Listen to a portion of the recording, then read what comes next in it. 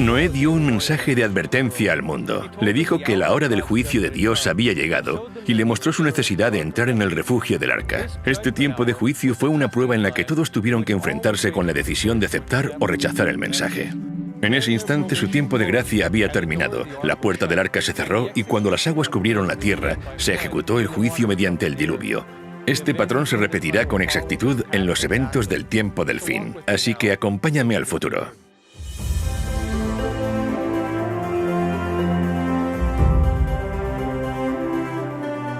Soy Jeff Rage, el presentador. Estoy caminando sobre una línea de tiempo que abarca todo el largo de este estadio de fútbol.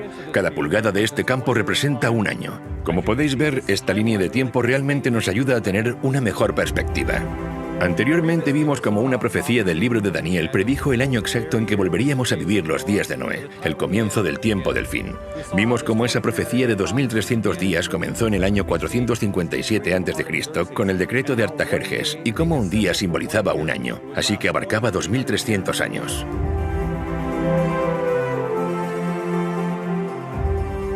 Esta profecía se extendía mucho más allá del tiempo en que Jesús vivió, hasta el año 1844. Fue en esa fecha cuando el mensaje del primer ángel comenzó a transmitir la señal de advertencia que anunciaba que la hora del juicio había llegado.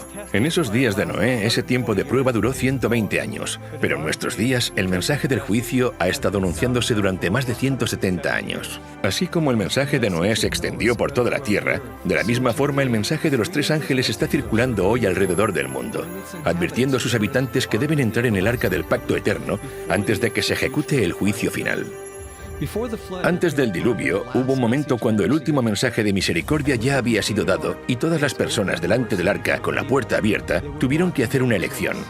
Este es el punto donde ahora nos encontramos. Los mensajes del segundo y del tercer ángel nos advierten sobre la última gran crisis del mundo, que colocará a las multitudes de la tierra en el valle de la decisión, tal y como ocurrió en los días de Noé.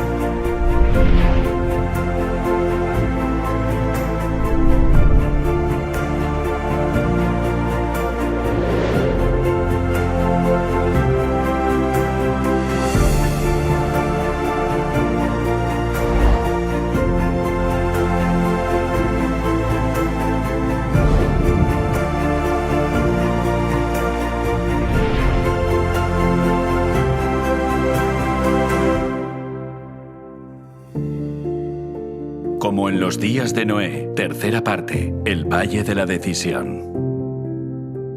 Muchos pueblos en el Valle de la Decisión, porque cercano está el día de Jehová en el Valle de la Decisión. La predicación de Noé habla de un día de juicio, un día para decidir si quieres estar dentro o fuera del arca. Debes hacer tu elección. Noé fue un pregonero de justicia y al predicar y decir que en realidad el único camino que funciona es obedecer la ley de Dios, por contraste estaba condenando, por así decirlo, a los falsos sistemas de adoración. Pero lo que estaba claro es que la mayor parte de la población no estaba cómoda con los requisitos de Dios, así que los adaptaron a su conveniencia. En los días de Noé, debido a la idolatría existente y a la proliferación por todo el mundo de un sistema falso de adoración, la gente estaba dispuesta a rechazar la invitación para entrar en el arca. En nuestros días, los innumerables sistemas de adoración cosecharán un resultado similar, el rechazo del pacto eterno. Pero Dios no dejará que nadie que desee conocer la verdad sea engañado. Tanto su misericordia como su justicia demandan una clara distinción entre la verdad y el error, para que todos puedan tener la luz suficiente para tomar su decisión. Es así como el verdadero buscador de la verdad puede desechar por sí mismo el error, y aquellos que escojan no hacerlo no tendrán ninguna excusa. Con este propósito, Dios envía el mensaje del segundo ángel.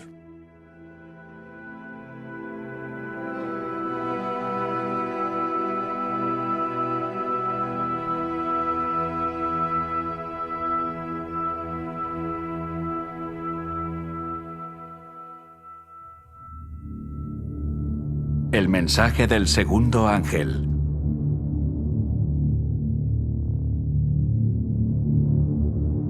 Otro ángel le siguió diciendo: ha caído Babilonia, la gran ciudad, porque ha hecho beber a todas las naciones del vino del furor de su fornicación.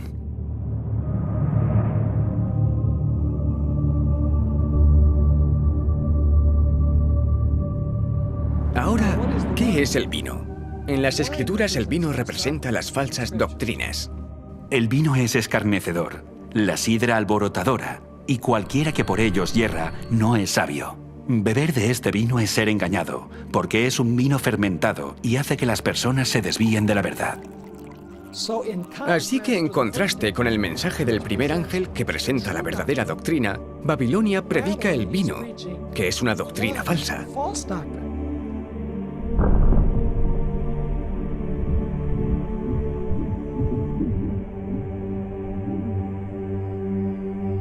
La oscuridad de la noche nos oculta de la vista la verdad sobre el mundo que nos rodea. La confusión, al igual que la oscuridad, nos ha ocultado la verdad sobre el carácter de Dios. Las doctrinas e ideas falsas son como los árboles del bosque que cambian con las estaciones. Se mecen con el viento, crecen y caen a lo largo de los siglos. Existe solo una manera de disipar la oscuridad, y es con luz.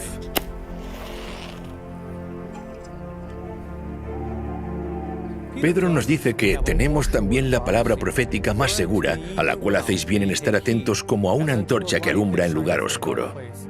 Y a la luz de estas profecías, somos capaces de identificar este sistema llamado Babilonia.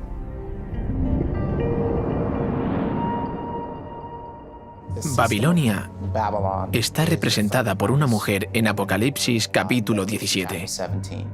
Y me llevó en el espíritu al desierto, y vi a una mujer sentada sobre una bestia escarlata llena de nombres de blasfemia, que tenía 7 cabezas y 10 cuernos.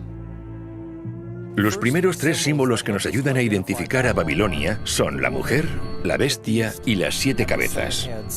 Para poder entender correctamente estos símbolos debemos permitir que la Biblia los defina por nosotros. Esto es lo que Dios tiene que decirnos acerca del símbolo profético de una mujer. Destruiré a la bella y delicada hija de Sión. Sión fue el nombre dado al pueblo de Dios. También lo leemos en Isaías. Y diciendo a Sión: pueblo mío eres tú. Así que en el Antiguo Testamento, Dios utiliza el símbolo de una mujer para representar a su pueblo. En el Nuevo Testamento también se usa la alegoría de una mujer para representar al pueblo de Dios que conforma su iglesia. Por esto dejará el hombre a su padre y a su madre, y se unirá a su mujer, y los dos serán una sola carne. Grande es este misterio, mas yo digo esto respecto de Cristo y de la iglesia. En el libro de Apocalipsis aparecen 2 mujeres. Una es una virgen vestida de blanco que representa la iglesia de Dios, y la otra mujer se llama Babilonia y es una ramera, lo que significa que representa una iglesia falsa. Está sentada sobre una bestia. Una vez más, dejemos que la Biblia interprete sus propios símbolos y vayamos al libro de Daniel para definir lo que simboliza la bestia. La cuarta bestia será un cuarto reino en la tierra. De acuerdo con el libro de Daniel, una bestia simboliza un reino o una nación. Como la Biblia utiliza a una mujer como un símbolo de una iglesia y a la bestia como símbolo de una nación, entonces la imagen de una mujer sentada sobre una bestia simboliza a una iglesia que controla una nación o un reino. En otras palabras, esta nación es al mismo tiempo una iglesia y un estado. Después Juan dice que esta bestia tiene 7 cabezas, y la Biblia nos dice qué es lo que representan estas cabezas tan solo 6 versículos más adelante. Esto para la mente que tenga sabiduría. Las 7 cabezas son 7 montes, sobre los cuales se sienta la mujer. El hecho de que esta mujer se siente sobre esta bestia con 7 cabezas nos dice que esta iglesia y este estado están localizados cerca de 7 montes. Juan sigue describiendo a esta mujer con detalle. Y la mujer estaba vestida de púrpura y escarlata y adornada de oro, de piedras preciosas y de perlas, y tenía en la mano un cáliz de oro lleno de abominaciones y de la inmundicia de su fornicación, y en su frente un nombre escrito, un misterio: Babilonia la Grande, la madre de las rameras y de las abominaciones de la tierra. Nuestra cuarta pista dice que esta mujer o iglesia, a la que se llama Babilonia, es una ramera, lo que quiere decir que ha cometido adulterio contra Dios al abandonar su pacto. Así que esta iglesia no representa al pueblo de Dios. En lugar de eso, representa a una iglesia falsa. Nuestra quinta característica es la apariencia de la mujer. Se describe que viste con colores púrpura y escarlata. Al dejar que la Biblia define sus propios símbolos, vemos que Dios nos está diciendo que Babilonia es una iglesia y un estado rodeado por 7 montes, y es una iglesia falsa que aparece principalmente con los colores púrpura y escarlata. Solo existe una iglesia que encaje perfectamente con esta descripción, la Iglesia Católica, también conocida como el Papado. Investiguemos ahora las evidencias que confirman esta conclusión. La Ciudad del Vaticano es la única iglesia y nación de Estado en el mundo. Es conocida como la Ciudad de los 7 Montes y sus colores principales son el púrpura y el escarlata.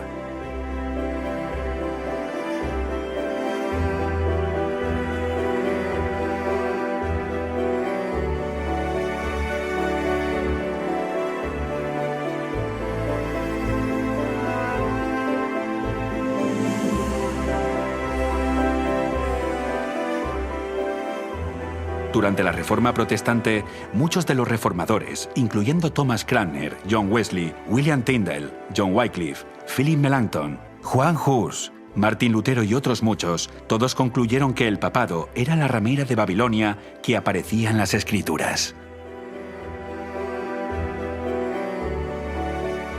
Yo por mi parte quiero descargar aquí mi responsabilidad personal y actuaré conforme a mi conciencia. Por eso dirijo mi acusación contra el Papa y todos los papistas, que en verdad el papado no es sino el reino de Babilonia y el verdadero anticristo. Porque, ¿quién sino será el hombre de pecado, el hijo de perdición, que con sus enseñanzas y sus leyes multiplica los pecados y acrecienta el número de almas que se pierden, mientras que está sentado en la iglesia como si fuera un dios? Pues todo esto lo viene cumpliendo a la perfección la tiranía papal desde hace muchos siglos. La cautividad babilónica de la iglesia de Martín Lutero, página 197.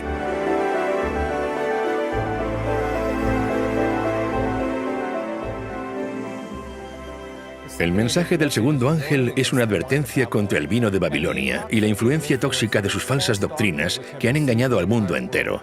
Sí, incluso al mundo cristiano. Este gran engaño no se produjo de un día para otro, sino sutilmente a lo largo de varios siglos. Cuando piensas en lo que dijo Jesús justo antes de ir al cielo, Él dijo que este evangelio debía ser predicado en todo el mundo y después vendrá el fin. Vemos que los discípulos salen a predicar este evangelio, pero el fin no llegó. Yo creo que la razón es porque el evangelio se contaminó y comenzó a esparcirse por todo el mundo un evangelio diferente. En la segunda parte de esta serie, vimos cómo el santuario nos revela el Evangelio eterno y el pacto eterno, pero ahora veremos una profecía en el libro de Daniel donde se ataca al santuario.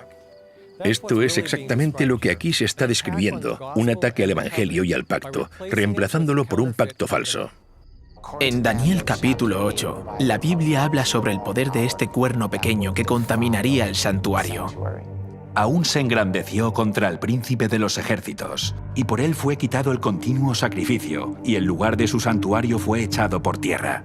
Y a causa de la prevaricación le fue entregado el ejército junto con el continuo sacrificio, y echó por tierra la verdad, e hizo cuanto quiso y prosperó.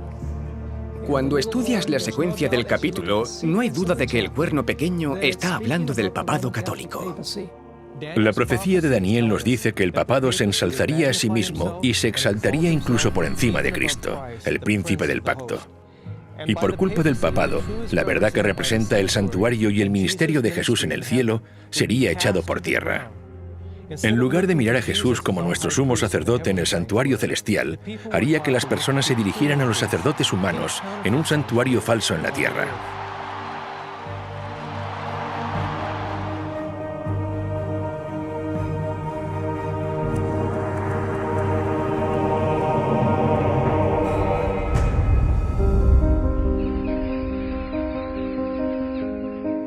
Así que encontramos que durante la Edad Media aparece en escena este poder creciente, que de hecho ataca cada una de las piezas del santuario y la verdad que representaban. El altar del sacrificio, que representaba el sacrificio de Cristo, fue atacado. En cierto sentido, fue alterado y apareció una nueva doctrina que decía que el sacrificio de Cristo no era suficiente para obtener el perdón de los pecados. Y si querías ser perdonado, tenías que pagar dinero. Necesitabas comprar indulgencias, hacer penitencias, así que el sacrificio de Cristo era insuficiente para limpiar los pecados. Y el sacrificio de Cristo, que es solo uno, ahora se repite constantemente en cada misa, y es así como la cruz pierde todo su poder. El lavacro, que representa el bautismo, también fue alterado. Debemos arrepentirnos y ser bautizados, lo que significa que debes de tener la edad suficiente como para entender que has pecado y ser libre de arrepentirte. Pero esta enseñanza fue reemplazada por el bautismo de infantes.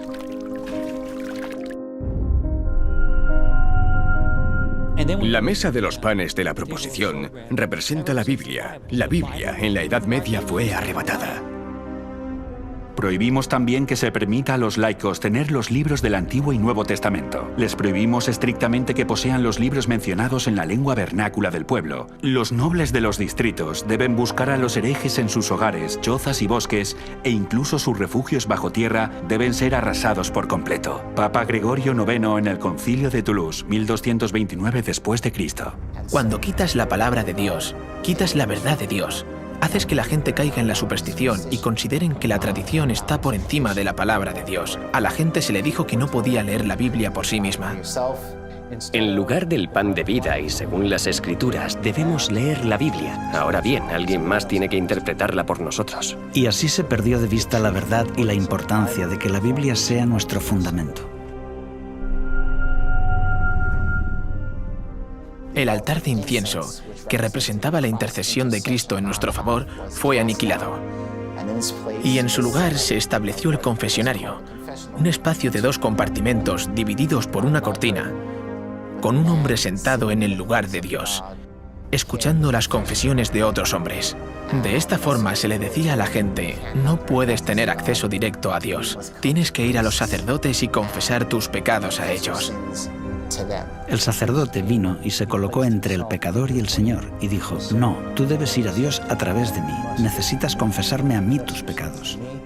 Y otra vez se levantan barreras entre el hombre y Dios. Simplemente se eliminó la opción de acudir individualmente a Dios de forma directa.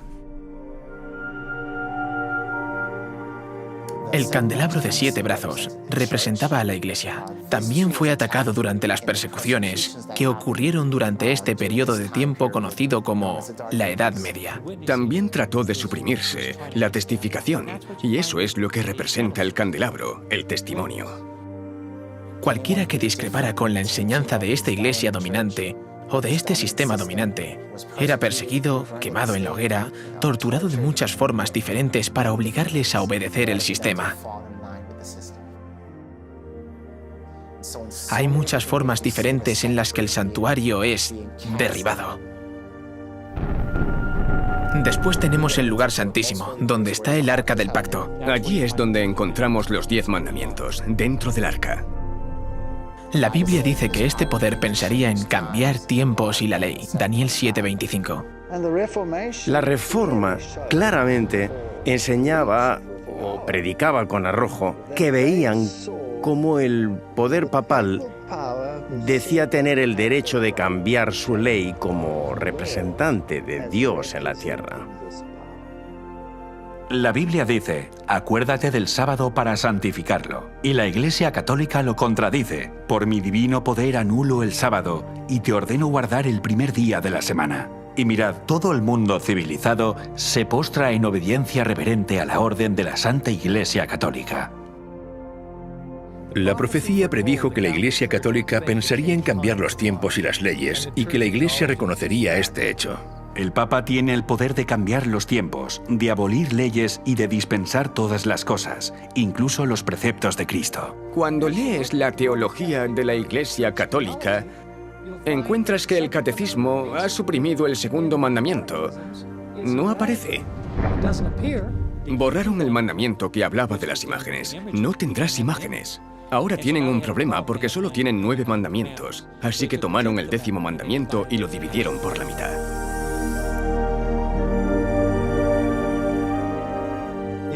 Además de aniquilar el santuario, cambiando las doctrinas y la ley, también eliminaron el sábado. Tomaron el 7º día de reposo, que es el sábado, y dijeron, por el poder y la autoridad de la Iglesia, hemos cambiado ese día al domingo, el primer día de la semana. Enfatizando el cambio de este mandamiento, un sacerdote católico en 1903 dijo lo siguiente: Es correcto que recordemos a los presbiterianos, bautistas, metodistas y al resto de cristianos que la Biblia no apoya en ningún lugar su observancia del domingo. El domingo es una institución de la Iglesia Católica, y aquellos que observan este día observan un mandamiento de la Iglesia Católica. En los tiempos de la Iglesia cristiana primitiva, generalmente se entendía que guardar el sábado era parte de la vida cristiana.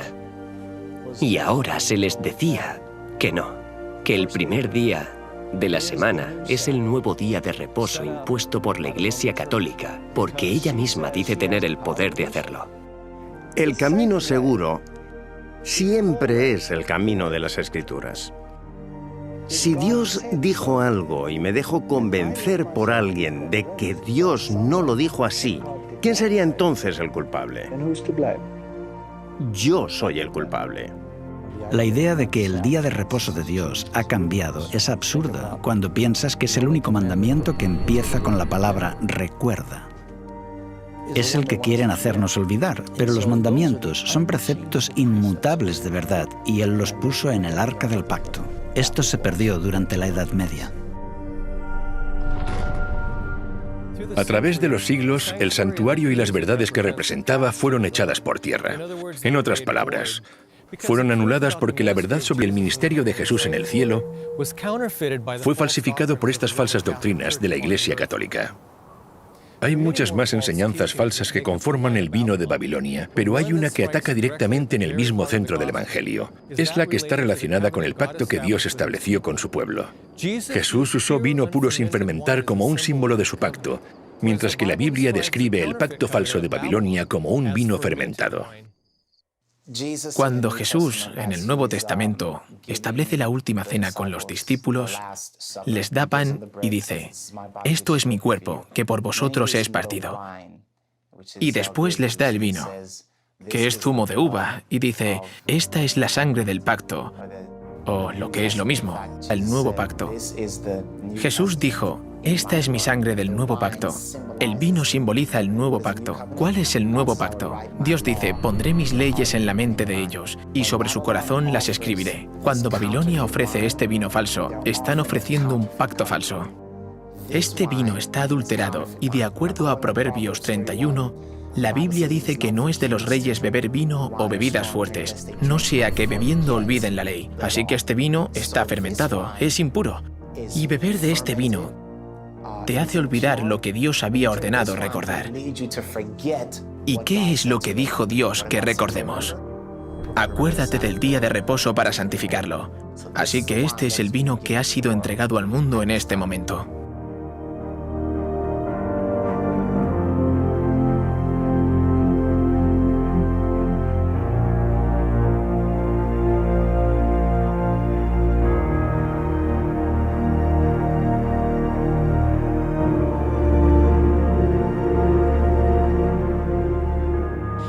Vemos que cada pieza de mobiliario, incluyendo la ley de Dios, fue eliminada.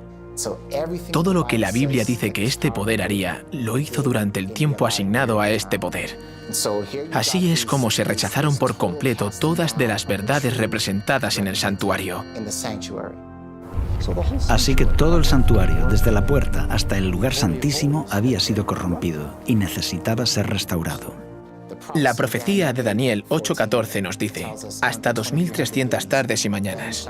Luego el santuario será purificado. En un momento concreto, todas las verdades que habían sido derribadas por el cuerno pequeño terminarían siendo restauradas. Todo el santuario es echado por tierra y pisoteado por este hombre de pecado, y la Reforma protestante lo restaura. A lo largo de un periodo de 500 años, eso es lo que sucedió. Dios comenzó a hacer que surgieran diferentes movimientos que restaurarían cada pieza de mobiliario, casi siglo tras siglo durante un periodo de 500 años. Tenemos a John Wycliffe en el siglo XV. Él tradujo la Biblia en el idioma del pueblo. Y así surgió, por así decirlo, la Reforma. Martín Lutero nace en el siglo XV. Comienza la Reforma protestante en el siglo XVI. Y en esencia restaura la verdad de que el sacrificio de Cristo es suficiente para el perdón de los pecados. No necesitas pagar dinero, no tienes que hacer penitencia. Es por la fe en su sacrificio en nuestro favor que somos perdonados de nuestros pecados. Juan Calvino aparece en el siglo XVI. Es el fundador del movimiento presbiteriano. Para Calvino la oración es muy importante. Escribió extensamente sobre la oración. Básicamente enseñó que no necesitas ir a los sacerdotes para dirigirte a Dios. Puedes comunicarte con el trono de Dios personalmente. En el siglo XVII, John Smith y Roger Williams son los fundadores del movimiento bautista. Y su mensaje especial es la restauración del modelo verdadero de bautismo. Debes arrepentirte y después ser bautizado. No puedes ser rociado. El verdadero bautismo es un símbolo de estar totalmente sumergido, totalmente enterrado y totalmente renovado a la vida. Así que el movimiento bautista restaura el modelo verdadero de bautismo. En el siglo XVIII aparece en escena John Wesley. Es el fundador del movimiento metodista y tiene un mensaje muy contundente para el evangelista laico. Tú eres la luz del mundo. Deja que tu luz brille. En esencia, el movimiento metodista añadía un elemento más a lo que habían descubierto los movimientos anteriores. Añade este elemento de evangelismo. Sal y deja que tu luz brille. Así que para el siglo XIX aún falta una pieza de mobiliario por restaurar. Es el Arca del Pacto, específicamente el descanso del séptimo día, el sábado. Fue en ese siglo cuando Dios levanta el movimiento adventista del séptimo día, que se enfocaría específicamente en la ley de Dios y el mandamiento que fue pisoteado, el día de reposo del séptimo día.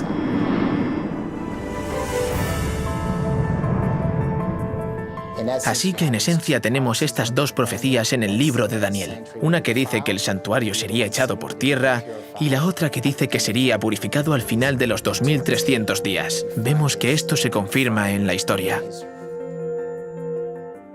El hecho de que este Evangelio eterno sea predicado de nuevo en 1844 significa que todas las cosas que habían sido alteradas e interrumpidas en el verdadero Evangelio fueron totalmente restauradas en 1844. Al mismo tiempo que el Evangelio es completamente restaurado y otra vez comienza a predicarse, comienza también el juicio. Así que este mensaje también se predica. Es un mensaje acerca del fin de los tiempos. Y es un mensaje que prepara al mundo para la venida de Cristo. Igual que Noé invitaba a la gente a entrar en el arca y diferenciarse de la mayoría, Dios, en los últimos días, está invitando a que la gente rechace las falsas enseñanzas de Babilonia. Y oí otra voz del cielo que decía: «Salid de ella, pueblo mío, para que no seáis partícipes de sus pecados, ni recibáis parte de sus plagas». Salid de ella, pueblo mío. Salid de lo falso y entrad a lo verdadero. Cuando se dice que pueblo de Dios está en Babilonia, está hablando de las iglesias que claman servirle. De lo contrario, Dios no les llamaría mi pueblo. Dios invita hoy a participar en la adoración correcta. En los días de Noé, el pensamiento popular ridiculizó el plan de salvación. Rehusaron entrar en el arca y en el tiempo del fin vuelve a haber un camino al arca porque hay un arca del pacto que señala a la ley que está dentro del santuario. Aquellos que rechacen una cosa rechazarán también la otra, pero la gente está siendo engañada. No están aceptando estas cosas por decisión propia. Así que Dios, a través de su espíritu, da luz a las personas y se darán cuenta de las verdades de la Biblia. Tomarán una decisión y saldrán del sistema que rechaza el camino de Dios. ¿Donde estoy no se guarda el día de reposo? ¿Donde estoy no se predican los mandamientos? ¿Sabes? No estoy escuchando que estamos en la hora del juicio de Dios y entonces dicen: «¡Hey! Donde estoy no se está predicando el mensaje del primer ángel, así que ahora mismo me voy a ir.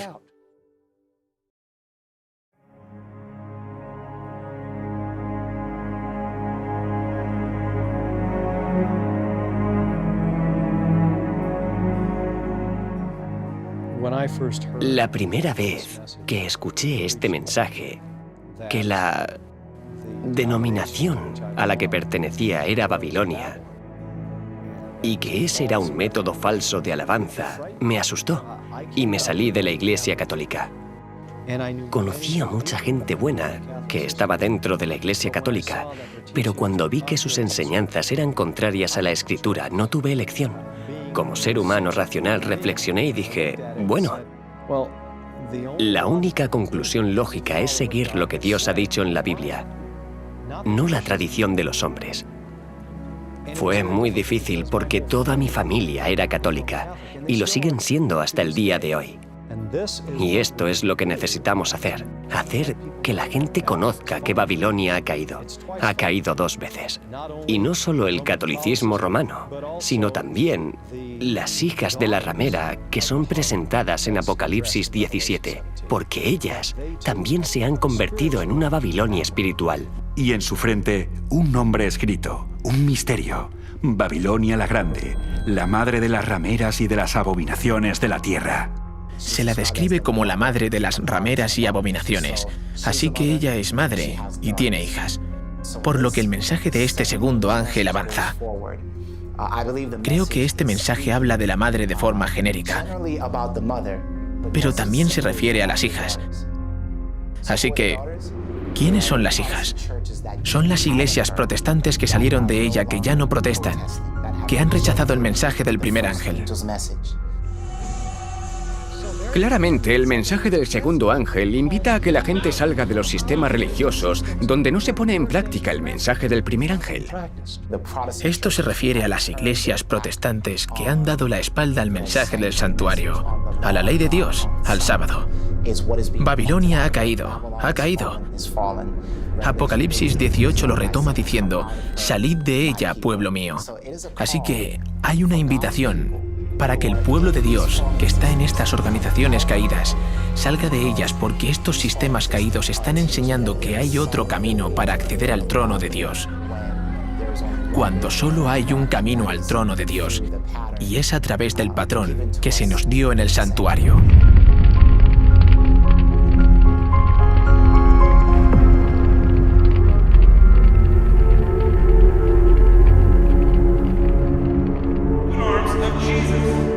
En lugar de protestar en contra de las tradiciones de los hombres y el vino de Babilonia, estas iglesias han bebido de él y lo vierten en sus congregaciones. El término Babilonia, confusión, puede ser apropiadamente aplicado a estas entidades. Todos afirman que sus doctrinas vienen de la Biblia y aún así están divididos en prácticamente innumerables sectas con credos en claro conflicto. Pero la fe religiosa parece tan confusa e incoherente que la gente no sabe cuál es la verdad. A pesar de las tinieblas espirituales y el alejamiento de Dios que se observa en las iglesias que constituyen Babilonia, la mayoría de los verdaderos discípulos de Cristo se encuentran aún dentro de ellas. ¡Lo necesito, Señor! Muchos de ellos no han oído nunca las verdades especiales para este tiempo. No pocos están descontentos con su estado actual y tienen sed de más luz. ¡Quita tus manos de la propiedad de Dios! En vano, buscan el Espíritu de Cristo en las iglesias a las que pertenecen. Como estas congregaciones se apartan más y más de la verdad y se van uniendo más y más con el mundo, la diferencia entre ambas categorías de cristianos se irá acentuando hasta que terminen por separarse del todo.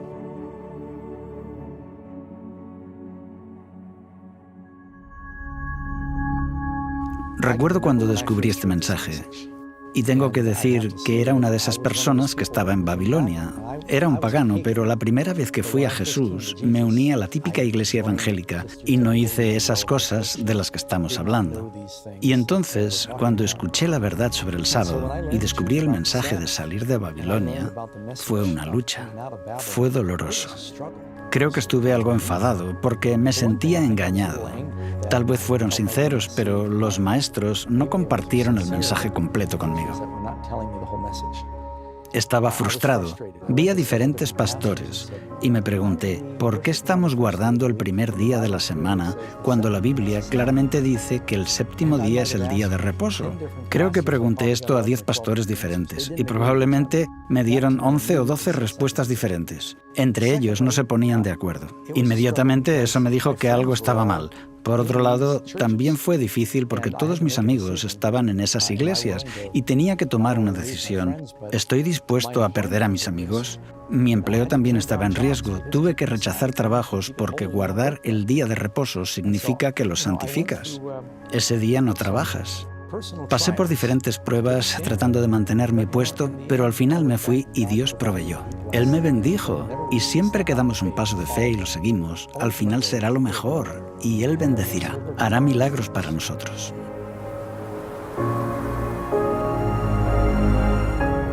Los mensajes del primer y del segundo ángel serán difíciles de aceptar para los cristianos. Estas advertencias ponen en duda muchas de las creencias fundamentales que los cristianos han profesado.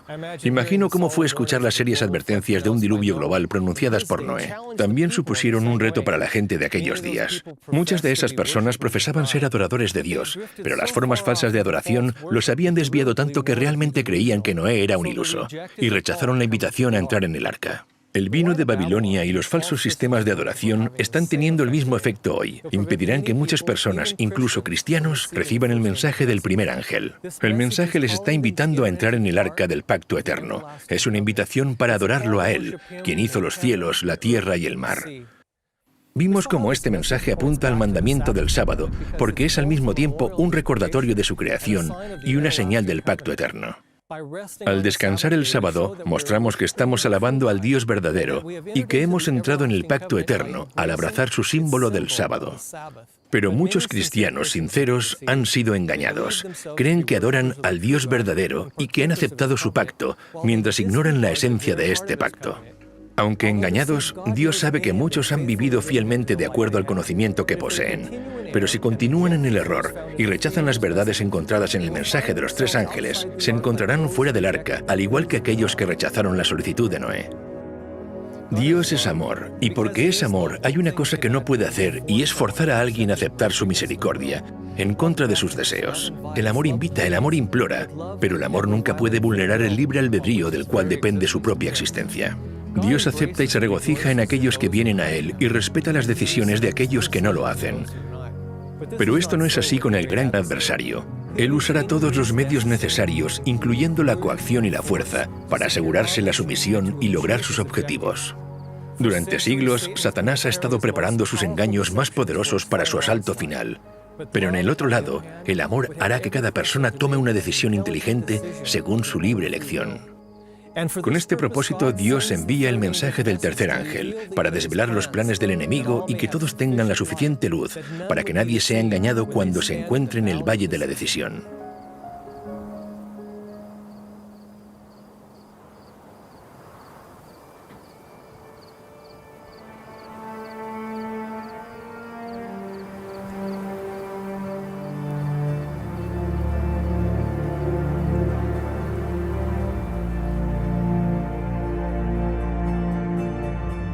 El mensaje del tercer ángel.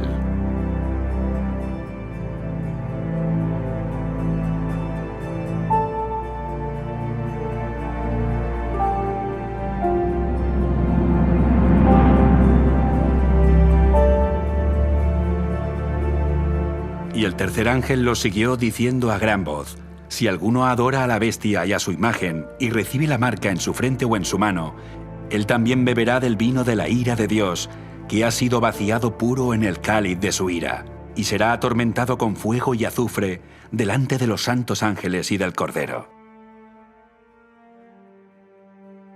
Y el humo de su tormento sube por los siglos de los siglos. Y no tienen reposo de día ni de noche los que adoran a la bestia y a su imagen, ni nadie que reciba la marca de su nombre. Aquí está la paciencia de los santos, los que guardan los mandamientos de Dios y la fe en Jesús. El mensaje del tercer ángel habla de los que reciben la marca de la bestia. Realmente, aquí está la maldición más temida de todas las que encontramos en la Biblia. Es lo que les ocurre a los que reciben la marca de la bestia. Y está relacionada con la falsa adoración y un juicio para los que adoran de forma diferente a como se indica en la Biblia. Pero no es solo el mensaje del primer ángel el que invita al mundo a adorar al Creador, sino que el mensaje del tercer ángel advierte al mundo de que no adore a la bestia ni a su imagen. Así que en el tiempo del fin, la cuestión va a estar claramente relacionada con la adoración. Satanás no está tratando de evitar que adoremos, está tratando de desviarnos hacia la falsa adoración.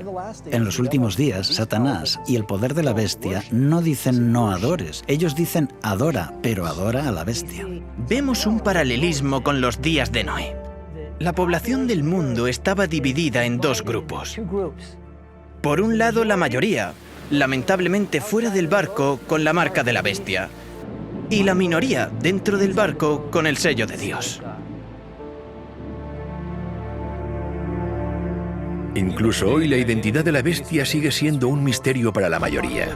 La cultura popular ha hecho de estas profecías tema de innumerables películas y libros, y esto ha llevado a todo tipo de especulaciones, y al hacer esto ha mermado su significado. Ha hecho que se olvide su verdadero significado bajo un manto de confusión. La verdad es que podemos saber exactamente qué es la marca de la bestia. Después de todo, esa es la razón por la que Dios nos dio esta advertencia. Primero necesitamos ser conscientes de que nadie estará a salvo solo por saber cuál es la marca de la bestia. Cuando llegue el conflicto final, solo los que tienen el sello de Dios serán preservados durante el último gran conflicto. Lo importante es que sepamos cómo podemos recibir el sello de Dios. Así que antes de ver en qué consiste la marca de la bestia, aprendamos primero en qué consiste el sello de Dios. Vi también a otro ángel que subía de donde sale el sol y tenía el sello del Dios vivo. Y clamó a gran voz a los 4 ángeles, a quienes se les había dado el poder de hacer daño a la tierra y el mar, diciendo: no hagáis daño a la tierra ni al mar, ni a los árboles, hasta que hayamos sellado en sus frentes a los siervos de nuestro Dios. En los días de Noé fue sellado en el arca. Esto solamente significaba que no podía salir y que nadie podía entrar. Una vez en el arca, la Biblia dice que el Señor le cerró la puerta. En las Escrituras, la palabra cerrar y la palabra sello son intercambiables. Por ejemplo, Dios le dijo a Daniel: cierra las palabras y sella el libro hasta el tiempo del fin. De esta forma, la palabra cerrar y la palabra sellar tienen el mismo significado. Por lo tanto, cuando la Biblia dice que el Señor lo cerró, es lo mismo que decir el Señor lo selló. Noé fue sellado en el arca del pacto y fue preservado durante el diluvio. Fueron salvados del juicio que iba a venir sobre toda la tierra. No hay otro momento más difícil en la historia humana que se pueda comparar en intensidad con el que el pueblo de Dios va a atravesar. Para poder resistir este periodo, esta dura prueba, el pueblo de Dios tiene que haber sido sellado primero. Y el propósito del sello es, en primer lugar, que Dios identifique a los que son suyos para que los ángeles sepan a quién deben proteger durante este momento de dificultad. Isaías, capítulo 8, versículo 16, habla de sellar la ley entre los discípulos de Dios. Ata el testimonio, sella la ley entre mis discípulos. Así que aquí descubrimos que hay una relación entre el sello de Dios y su ley. Cuando ves los sellos antiguos que se usaban en tiempos bíblicos, ves que siempre tienen 3 elementos. Tienen el nombre de la autoridad que los expedía, el rey o quien fuera, tienen su título y tienen su jurisdicción. Un sello tiene el título, el nombre y el territorio. Y cuando lees los 10 mandamientos, solo el 4º mandamiento habla de Dios como el creador. Tiene el nombre y tiene el territorio. Su jurisdicción es ser el gobernador de los cielos y la tierra. Así que justo en el mandamiento del sábado encontramos el sello de Dios, y esto es algo único que identifica al que adoramos. Al igual que en los días de Noé, subirse al arca representaba que aceptaban todo el código moral de Dios, los 10 mandamientos, seguir la voluntad de Dios. En el tiempo del fin, guardar el sábado es la señal de que se aceptan todos los requisitos morales de Dios. El sello, de acuerdo con la Biblia, puede resumirse en ese mandamiento, el cuarto mandamiento.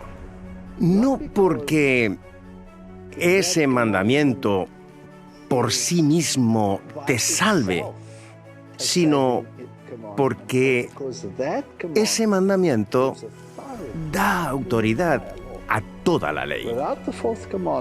Sin el cuarto mandamiento, el resto del decálogo podría ser las leyes de cualquiera.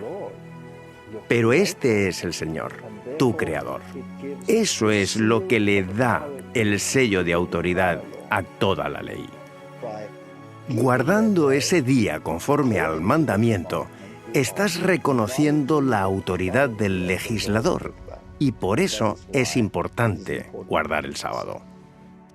Y santificad mis días de reposo, y sean por señal entre mí y vosotros, para que sepáis que yo soy Jehová vuestro Dios. Realmente, el sábado determina a quién adoras.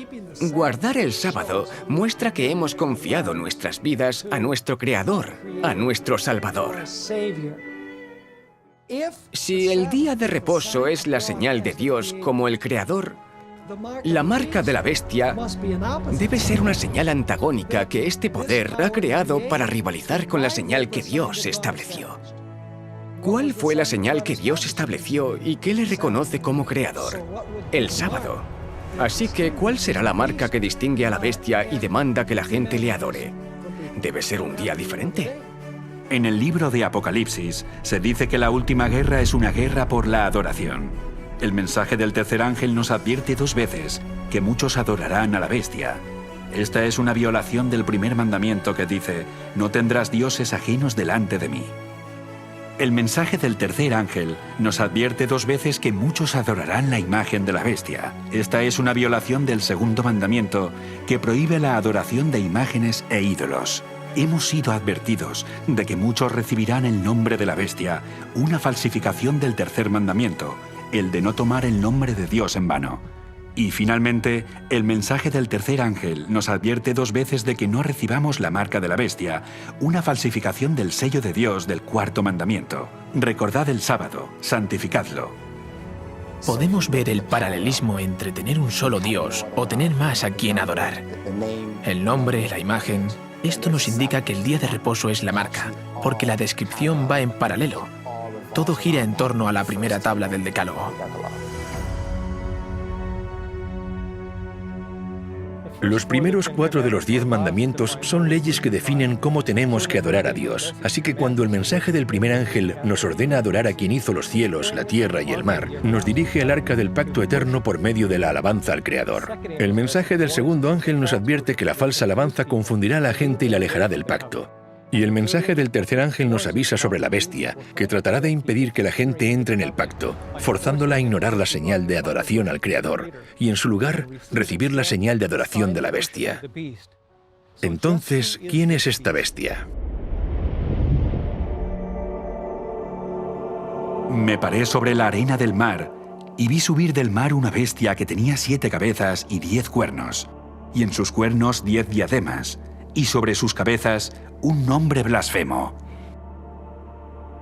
Juan ve que esta bestia tiene 7 cabezas y 10 cuernos. Esta es exactamente la misma descripción de la bestia de Apocalipsis 17, sobre la que se sentaba la mujer llamada Babilonia vestida en colores púrpura y escarlata. Fíjate además que esta bestia también tiene 7 cabezas y 10 cuernos. En el capítulo 13, Juan vio que la primera bestia salía del mar. El capítulo 17 dice lo que simboliza el mar.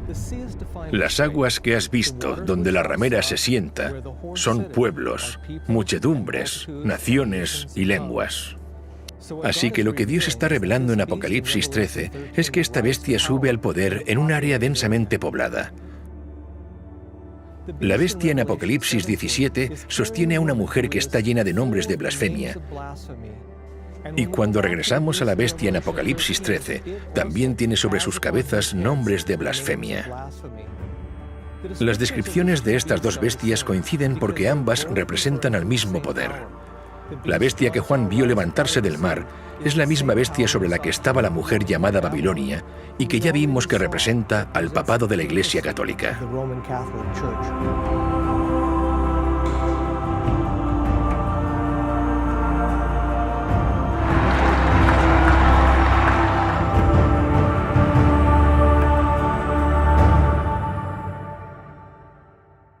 Cuando estudiamos quién es la bestia y entendemos cómo los símbolos de la bestia representan al sistema papal y a la Iglesia Católica, encontramos que su marca de adoración es la reivindicación de la capacidad que dicen tener para cambiar la ley de Dios. Cambiándola, la han distorsionado por completo. Han tomado el cuarto mandamiento y han hecho que se aplique no al día de reposo de la creación, no a la señal del poder y autoridad del Creador, sino al domingo. Según la Iglesia Católica, esta sería la marca de su autoridad, y esta es la marca de la bestia en el tiempo del fin. Un arzobispo de la Iglesia Católica dijo lo siguiente en 1562. Por lo tanto, la autoridad de la Iglesia no está unida a la autoridad de las Escrituras, ya que la Iglesia había cambiado el sábado al domingo, no por orden de Cristo, sino por su propia autoridad. La Iglesia Católica señala el cambio de la ley de Dios como prueba de que su autoridad está por encima de la Biblia y sostiene que este cambio es una señal de su autoridad. En 1893, la Iglesia Católica distribuyó la primera edición de un artículo que después fue renombrado El reto de Roma: ¿por qué los protestantes guardan el domingo? En esta publicación, el autor católico lanza a los protestantes esta pregunta. Aún no es demasiado tarde para que los protestantes se salven a sí mismos. ¿Lo harán? ¿Se mantendrán firmes en la doctrina protestante? ¿Tomarán verdaderamente solo la palabra escrita, solo las Escrituras como su única autoridad y única norma? ¿O todavía retendrán la doctrina y la práctica indefendible, contradictoria y suicida, de seguir la autoridad de la Iglesia Católica y llevar la señal de su autoridad? ¿Guardarán el día de reposo del Señor, el séptimo día, de acuerdo a la Escritura? ¿O guardarán el domingo de acuerdo a la tradición de la Iglesia Católica? Eliminar aquello que nos recuerda la autoridad de Dios como Creador, rechazar la señal de la fe, la supresión de esas cosas, ataca a los cimientos de nuestra relación con Dios y todo lo que esto conlleva. El acto más desafiante que puede haber para desafiar la autoridad de Dios es cambiar su ley, porque la ley es la base de su gobierno. El papado reclama este cambio como una señal de su autoridad. Aquellos que adoren al Creador honrarán el día que Dios santificó como la señal de su autoridad y de que forman parte del pacto. Y aquellos que pisoteen la ley de Dios para obedecer una representación humana recibirán la marca de la bestia, porque aceptan la señal de lealtad al poder que escogieron obedecer, en lugar de obedecer a Dios. Este es el centro del conflicto en esta última guerra por la adoración. Conforme esta crisis se intensifica y se hace universal, cada persona recibirá la señal del poder que decidieron obedecer, en la frente o en la mano. La marca será tanto en la frente como en la mano. Ahora bien, para entender realmente lo que esto implica, tenemos que leer Deuteronomio capítulo 6. Y estas palabras que yo te mando hoy estarán sobre tu corazón, y las repetirás a tus hijos, y las atarás como una señal en tu mano, y estarán como frontales entre tus ojos. Así que primero necesitamos entender qué significan estas palabras, que son los mandamientos que acababan de ser dados en el capítulo anterior. En Éxodo capítulo 13, versículo 9, dice lo mismo. Y también en Deuteronomio 11. La ley de Dios debe estar en tu mano y como frontales entre tus ojos. Y eso añade un nuevo significado a la marca de la bestia. La marca en la frente significa que conscientemente has tomado la decisión de no seguir a Cristo. Hablamos de símbolos. En la mano significan tus acciones y en la frente tu fe y tu forma de adorar. Puedes recibir la marca de cualquiera de las dos formas.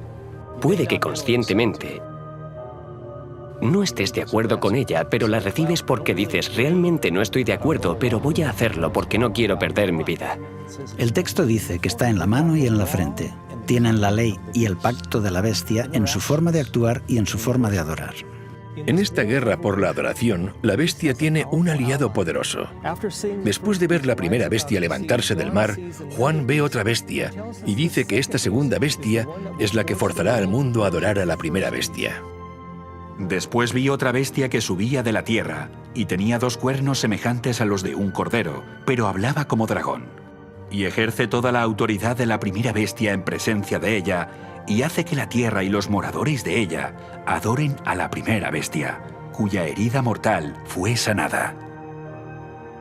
Instigar a que alguien haga algo significa que estás utilizando la fuerza, y en esta profecía la segunda bestia usará su poder para provocar o forzar a los habitantes de la tierra a que adoren a la primera bestia.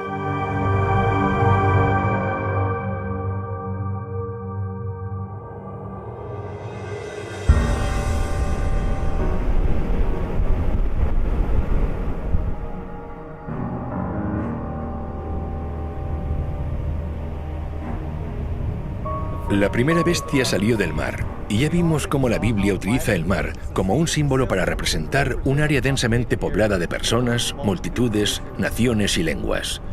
La segunda bestia sale de la tierra, que por contraste representa un área remota, lejos de las ciudades o áreas habitadas de la tierra. Se trata de una nueva nación ascendiendo al poder en un área relativamente deshabitada.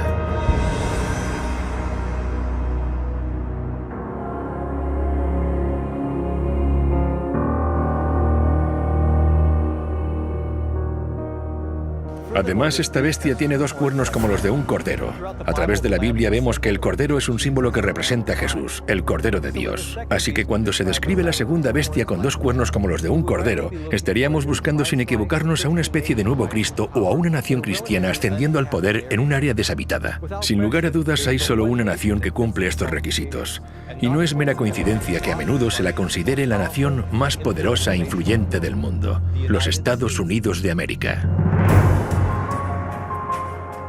Los padres fundadores de esta nueva nación profesaban creer en el Dios de la Biblia cuando declararon: consideramos estas verdades evidentes por sí mismas, que todos los hombres han sido creados iguales. El Creador les ha concedido ciertos derechos inalienables. Entre esos derechos se cuentan la vida, la libertad y la búsqueda de la felicidad.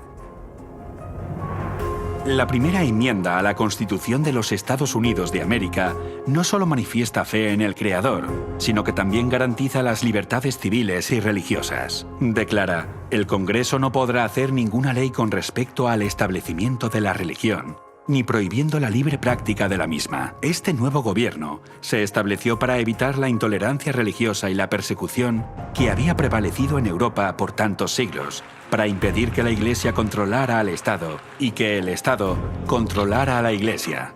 Jesús dijo: dad pues a César lo que es de César y a Dios lo que es de Dios. Estos principios cristianos, escritos en los documentos de los fundadores de los Estados Unidos, fueron el secreto de su éxito. Millones huyeron a América para poder adorar de acuerdo a los dictados de su conciencia. Pero la Biblia declara que se avecinaban cambios. Cuando Juan vio a esta bestia salir de la tierra, dice que era como un cordero, pero hablaba como dragón. Justo en el siguiente versículo leemos que esta bestia, que son los Estados Unidos de América, hace que la tierra y los moradores de ella adoren a la primera bestia. Las profecías declaran que los Estados Unidos de América, a menudo considerados la autoridad civil del mundo más poderosa, unirá sus esfuerzos con la Iglesia Católica, que es considerada como la autoridad moral y espiritual más sobresaliente del mundo. La bestia que representa a la Iglesia y la otra bestia que representa al Estado se unirán y pisotearán las libertades civiles y religiosas sobre las que se fundaron los Estados Unidos.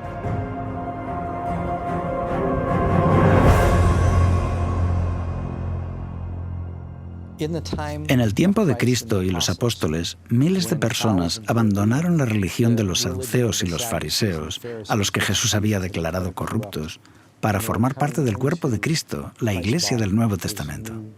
Los líderes religiosos apelaron al poder político para perseguirlos.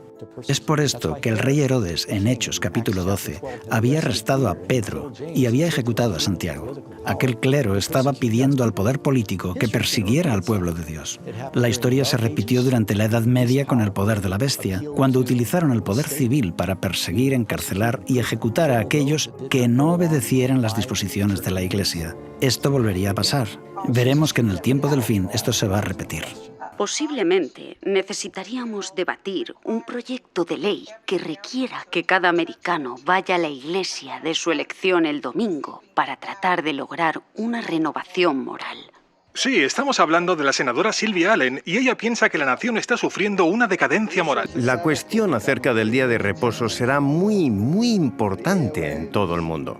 Las cadenas de radio y los canales de televisión también difundirán la visión opuesta porque Dios es un Dios justo. Así que la televisión, la prensa y otras organizaciones informarán acerca de las dos opciones, de los dos sistemas de adoración y los dos días de reposo.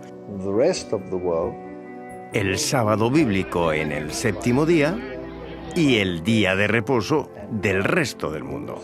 Se asegurarán de que este mensaje quede claro.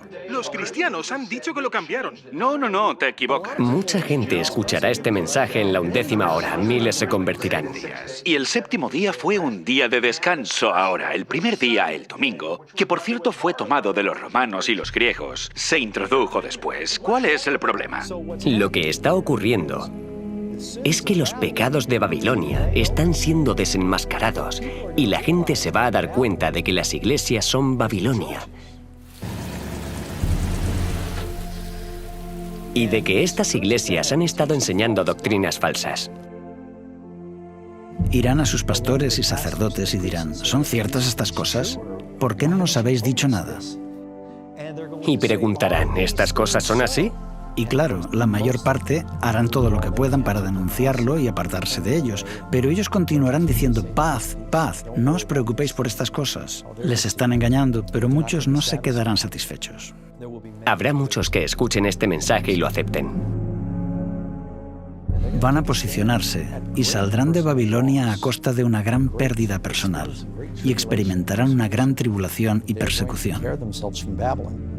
Comenzarán a abandonar las iglesias nominales, aunque los líderes no van a descansar tranquilamente. De hecho, harán todo lo que puedan para contrarrestar el mensaje que ha sido difundido. Los líderes religiosos protestantes y católicos van a unir sus fuerzas.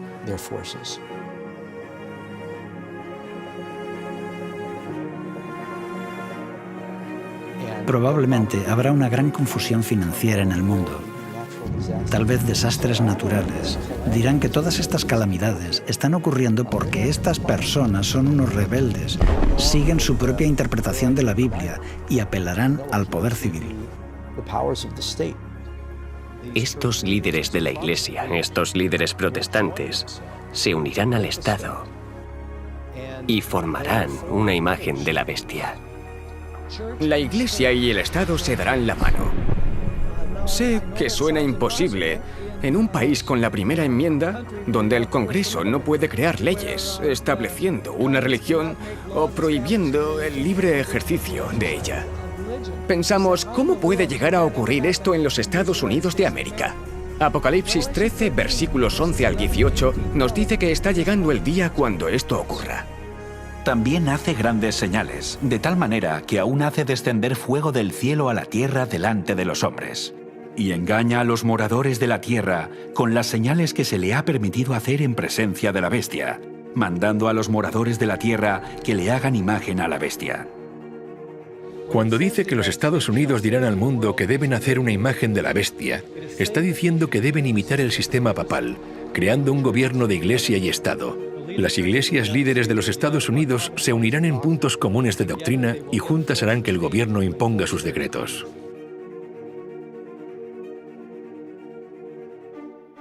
Los líderes religiosos en los Estados Unidos presionarán fuertemente para establecer una ley dominical a nivel nacional. Los gobiernos estarán inundados con solicitudes para hacer que la legislación establezca el domingo como día de adoración.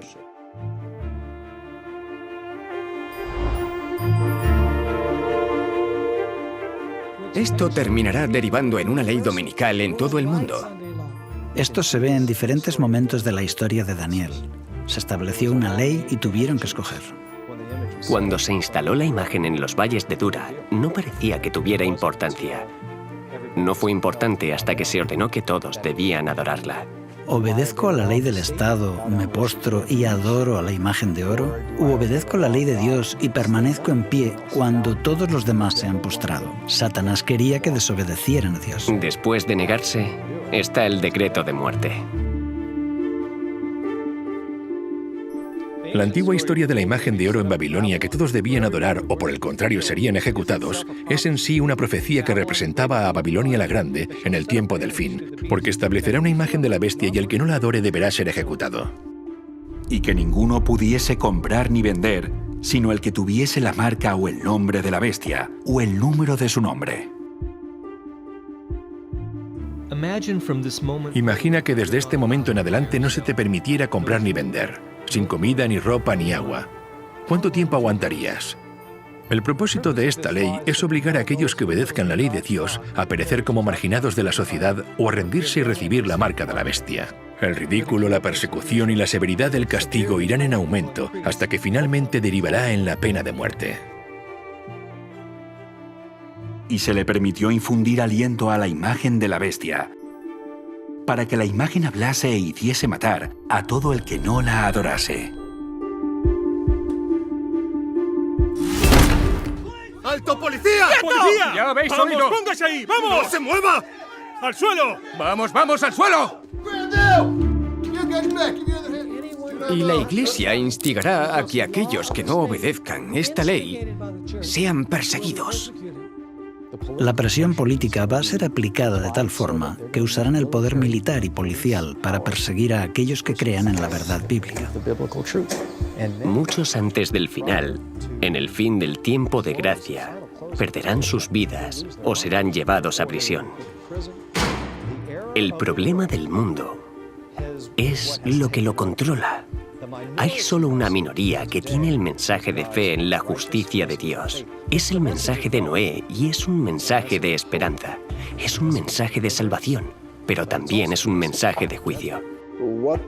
La elección final es del hombre, que debe decidir entre la ley dada por Dios y la ley dada por el hombre. Y el catolicismo dice exactamente lo mismo. Dice que la decisión está entre el sábado bíblico y el día de reposo papal.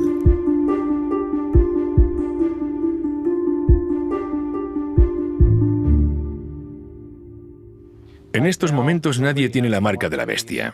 Esto será solamente cuando el decreto de ley imponga que hombres y mujeres deben recibir la marca del poder que han elegido obedecer. Antes de continuar, quiero dedicar un momento para considerar 3 principios latentes en esta controversia. Veréis, la lucha entre el día de reposo de Dios y la legislación dominical es una disputa acerca del carácter de Dios. ¿Quién es Dios? ¿Impondría que todos le adoren por la fuerza o más bien desearía un servicio de amor ofrecido libremente? Dependiendo de nuestra respuesta, esta pregunta determinará en qué lado de la controversia te encontrarás. Si crees que Dios obligará a los suyos a adorarlo, entonces puedes llegar a pensar que Dios desea la ley dominical. Sin embargo, si crees que el carácter de Dios es altruista y amoroso, entonces reconocerás que la imposición del día de descanso, la violación de la libertad y la conciencia es la obra de otro poder. El segundo principio nos lleva a la siguiente pregunta. ¿Cómo nos salva Dios? La idea de que podemos apaciguar a Dios y poner fin a los desastres de la tierra imponiendo de forma estricta el día de adoración, en cierto modo sería como aceptar el principio de que el hombre puede salvarse a sí mismo mediante su esfuerzo personal. Por otra parte, si creemos que Dios es quien nos da la salvación, tal y como nos lo asegura el pacto hecho con Él, entonces entraremos en su reposo y honraremos el séptimo día, que fue dado como una señal de que reconocemos que Él es el único que nos salva. El tercer principio es la demostración. Es en las crisis donde se revela el verdadero carácter, y cuando el conflicto final envuelva al mundo, todos manifestarán el carácter que han cultivado. Unos revelarán el carácter altruista de Dios al sacrificar sus vidas para ayudar a salvar a otros, mientras que otros revelarán el carácter egoísta del adversario al sacrificar las vidas de otros para salvarse ellos mismos. Estos son los principios detrás del gran conflicto en los que todos nosotros estaremos involucrados. Y aquí se puede ver con claridad que lo que crees acerca del carácter de Dios y lo que crees sobre la salvación determinará probablemente si escoges recibir la marca de la bestia o el sello de Dios.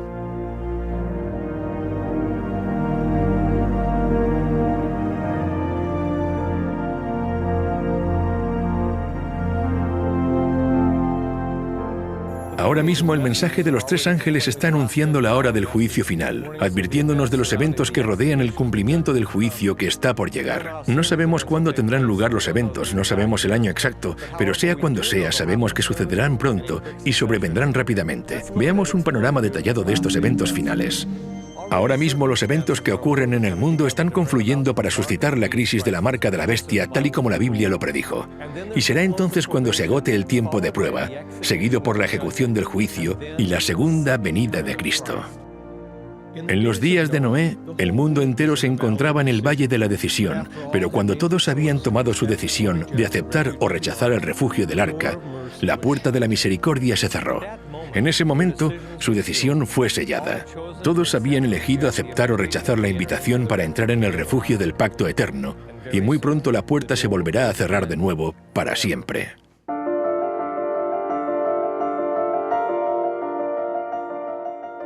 Muchas personas no se dan cuenta de la relación que hay entre los días de Noé y el final de los tiempos. No tanto por la propia destrucción y la crueldad que existía en el mundo, sino que el verdadero paralelismo se encuentra en el momento en que la puerta se cierre.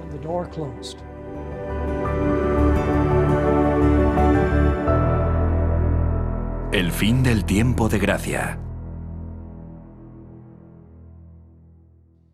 Nosotros como humanos, sencillamente, no podemos comprender la tolerancia y la paciencia de Dios.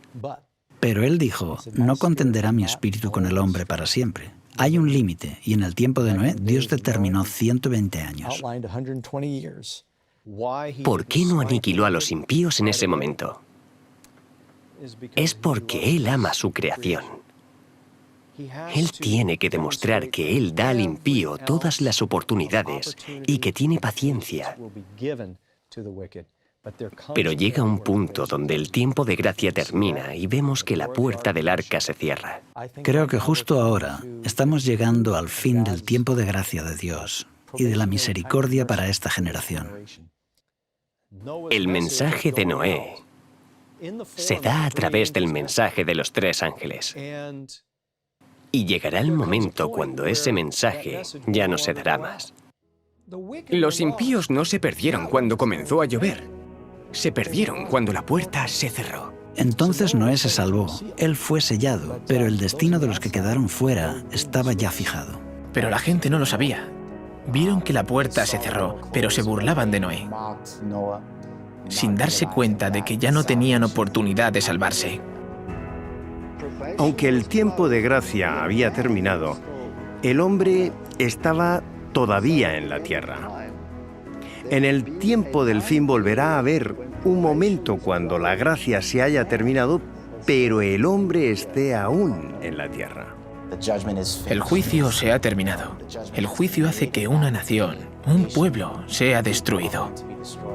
Pero aún no se ha ejecutado la sentencia. Esto es lo que sucederá en el tiempo del fin. Muchos cristianos creen que la posibilidad de salvación terminará después de que Jesús regrese. Pero el hecho de que la puerta se cerrara en el tiempo de Noé nos muestra que esto no es verdad. La puerta de la salvación se cerrará antes de la segunda venida y leemos esto en Apocalipsis capítulo 22. El que es injusto, sea injusto todavía. El que es inmundo, sea inmundo todavía. Y el que es justo, practique la justicia todavía. Y el que es santo, santifíquese todavía. Y sabemos que Jesús aún no ha llegado en este momento, porque justo después de esto dice: He aquí, yo vengo pronto. Y en ese preciso momento, la paciencia de Dios se agotará, al igual que ocurrió en el tiempo de Noé.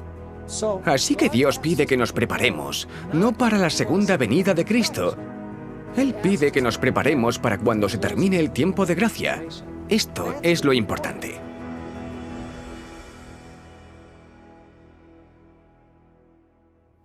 En estos momentos, el veredicto de nuestro caso aún está siendo investigado en el juicio celestial, porque la puerta al refugio del pacto eterno aún está abierta, y esa puerta es Jesús. Yo soy la puerta. El que por mí entrare será salvo. Jesús también habló de la puerta de la salvación en el libro de Apocalipsis. He puesto delante de ti una puerta abierta, la cual nadie puede cerrar, aunque tienes poca fuerza. La razón por la que Noé no cerró la puerta del arca es porque representaba la puerta de la salvación y ningún hombre podía cerrar esta puerta. Imagina la fe de Noé al haber preparado un arca durante 120 años, sabiendo que no tenía forma de cerrar la puerta. Él confió en que Dios cumpliría su promesa, y es así como ocurrió en los días de Noé, porque leemos que Jehová le cerró la puerta. Cuando el juez golpea con su mazo, el caso está cerrado y la investigación ha terminado. De la misma forma, el cierre del arca mostró que el caso de cada individuo había sido determinado. Todos habían escogido aceptar o rechazar la promesa de misericordia. Para entender cómo Dios cerró la puerta de la salvación al final de los tiempos, necesitamos abrir nuestro libro de texto, El Santuario, y veremos cómo Jesús, en este momento, está manteniendo la puerta abierta. Porque no entró Cristo en el santuario hecho de mano, figura del verdadero, sino en el cielo mismo, para presentarse ahora por nosotros ante Dios. Él está en la presencia de Dios. Está allí como nuestro mediador. En estos momentos tenemos un mediador que está intercediendo. Él vive para interceder por nosotros. Un día la intercesión terminará y Él se marchará. El sumo sacerdote saldrá del lugar santísimo. El incensario será derribado. En este momento, no hay más mediador. Y por lo tanto, no puede haber más perdón de los pecados. Cristo es el que murió, más aún, el que también resucitó, el que además está a la diestra de Dios, el que también intercede por nosotros. Jesús es nuestro defensor en el tribunal celestial, y su intercesión ante el Padre suplicando para nosotros por los méritos de su sangre hace posible la misericordia. Esto significa que cuando Jesús deja la presencia del Padre, la humanidad ya no tendrá más un mediador, y la puerta de la misericordia se cerrará. Ahí los salvos quedan salvos y los perdidos quedan perdidos. Lo que significa que cada caso ya ha sido decidido para vida o para muerte. Damos por sentado que Él nos perdonará, porque a menudo cuando pecamos sabemos que podemos orar y Él nos perdona. Pero un día la lavandería va a cerrar y ya no podremos ser purificados. Así que ahora es el momento de ser santificados y purificados. En el tiempo del fin, Dios va a tener una generación que tiene una naturaleza pecadora, pero a través del poder de Dios, ganarán la victoria total sobre el pecado. Vi también como un mar de vidrio mezclado con fuego, y a los que habían alcanzado la victoria sobre la bestia y su imagen, y su marca y el número de su nombre, en pie sobre el mar de vidrio con las arpas de Dios. Son llamados los 144.000 los santos que viven cuando Jesús viene. Ellos van a desarrollar un carácter como el de Jesús. Dicho de otra forma, van a desarrollar un carácter de victoria sobre el pecado.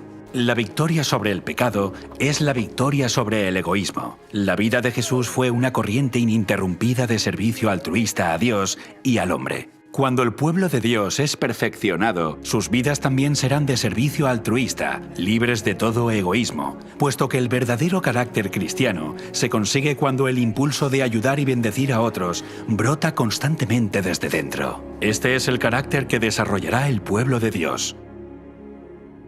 Serán las peores circunstancias en la historia de la tierra, a menos que encontremos refugio en Cristo antes de que termine el tiempo de gracia.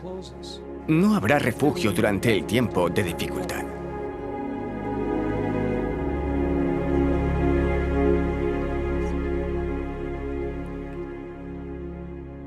La Biblia dice que Satanás es el acusador de los hermanos, pero Jesús está en la presencia de Dios para defendernos.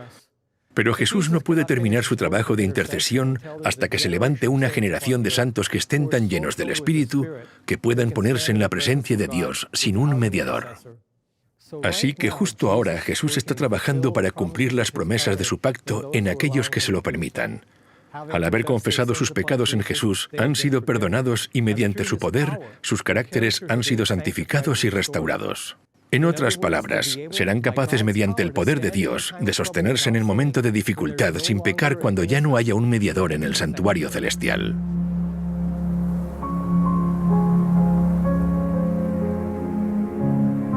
Para hacernos una idea de lo que ocurrió con Noé y su familia cuando entraron en el arca, la puerta se había cerrado y durante 7 días no pasó nada. Y los impíos estaban fuera, y no había señales de que fuera a suceder lo que Noé había predicho. Tuvo que haber pensado, bueno, este diluvio, estas aguas van a llegar en cualquier momento. No hay duda de que durante ese tiempo Noé atravesó una prueba severa de su fe. Y pasó un día y no ocurrió nada. Pasan 2 días y nada. Yo creo que Noé comenzó a extrañarse. Él pensó, bueno, quizá estaría equivocado. Y después de 7 días, fue cuando vino el juicio. En el tiempo del fin ocurrirá lo mismo. El pueblo de Dios pasará por un momento de gran dificultad. Les van a hacer creer. Serán tentados a creer que la presencia de Dios les ha abandonado.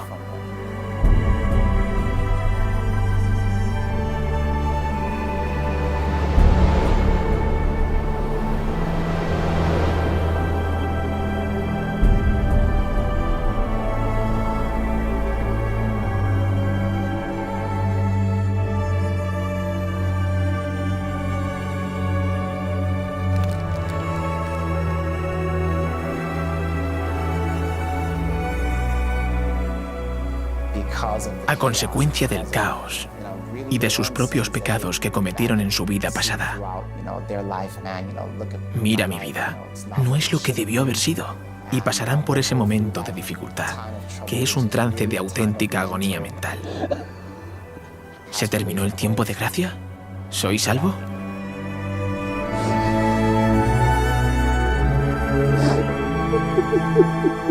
Nadie sabe con exactitud cuándo se cierra la puerta. Cuando caigan las plagas, sabremos cuándo termina el tiempo de gracia. Existe un paralelismo con el tiempo de Noé en el sentido de que hay una predicación. La predicación divide el mundo en 2 grupos. Luego está cuando la puerta se cierra. Después hay un periodo donde la fe de los que están dentro del arca se pone a prueba y aquellos que están fuera están seguros de que Noé y su familia están equivocados. Y después está la destrucción. Llama la atención el paralelismo con el tiempo del fin, porque primero está el mensaje de los 3 ángeles que incluye el momento del juicio. Después de esto se cierra la puerta, cuando los inmundos permanecen inmundos y los justos siguen siendo justos. El santo seguirá siendo santo y el injusto continuará siendo injusto. Después de eso habrá un periodo de tribulación donde el pueblo de Dios estará en la tierra. Su fe será puesta a prueba. Luego vendrá la destrucción. Así que hay un paralelismo sorprendente entre lo que sucedió en los días de Noé y lo que sucede durante el día del juicio final. Y este juicio termina con el fin del tiempo de gracia, no con la segunda venida de Cristo. Termina en el fin del tiempo de gracia, cuando la puerta se cierra, al igual que ocurrió en los días de Noé. En Lucas capítulo 13 también aparece la imagen de la puerta cerrada y la gente que llama a la puerta para entrar. Porque os digo que muchos procurarán entrar y no podrán. Después que el padre de familia se haya levantado y cerrado la puerta, y estando fuera empecéis a llamar diciendo, «Señor, Señor, ábrenos». Él respondiendo os dirá, «No sé de dónde sois». Entonces comenzaréis a decir, «Delante de ti hemos comido y bebido, y en nuestras plazas enseñaste». Pero os dirá, «Os digo que no sé de dónde sois, Apartaos de mí, todos vosotros, hacedores de maldad. Lo más triste de todo esto es que muchas de estas personas que están llamando a la puerta se autoengañaban. Creían que estaban caminando con el maestro, cuando en realidad estaban caminando con otro, un maestro falso. Jesús identificó solo una razón para no conocerlos. Él dijo: «Apartaos de mí todos vosotros, hacedores de maldad». Y la palabra maldad significa sin ley. Aunque ellos afirmaban ser seguidores de Cristo, no se rindieron a la obra del Espíritu Santo y en consecuencia no guardaron sus mandamientos. La Biblia dice: «Pues este es el amor a Dios, que guardemos sus mandamientos, y sus mandamientos no son gravosos». En Primera de Juan dice que el que dice yo le conozco y no guarda sus mandamientos, el tal es mentiroso y la verdad no está en él. Así que no basta solamente con afirmar ser cristiano, no es suficiente. Por este motivo, muchos se sorprenderán cuando se enteren de que están fuera del arca y dicen, Señor, Señor, y Él dice, apartaos de mí, no os conozco. Así será la situación en los últimos días. La gente va a pensar que las formas de religión pueden hasta cierto punto suplir la santidad y devoción reales.